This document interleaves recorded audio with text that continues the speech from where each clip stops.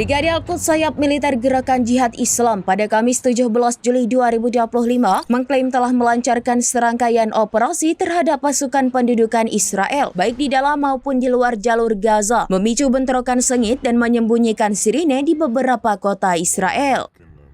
Kelompok perlawanan tersebut menyatakan bertanggung jawab atas penembakan roket ke sejumlah kota Israel, termasuk Sderot, Meflasim, dan Nir Oz yang terletak di sekitar jalur Gaza. Seorang juru bicara militer Israel membenarkan insiden ini, melaporkan bahwa 2 roket ditembakkan dari jalur Gaza menuju wilayah amplop Gaza, memicu sirine peringatan udara di permukiman-permukiman tersebut. Selain serangan roket, Brigadir Al-Quds juga melaporkan adanya penargetan terhadap sebuah kendaraan yang diduga mengangkut tentara Israel yang tengah menyamar. Insiden ini berujung pada bentrokan sengit di tengah jalan Jalal di Khan Yunis, jalur Gaza Selatan. Dalam pertempuran tersebut, para pejuang perlawanan dilaporkan menggunakan senapan mesin dan granat tangan.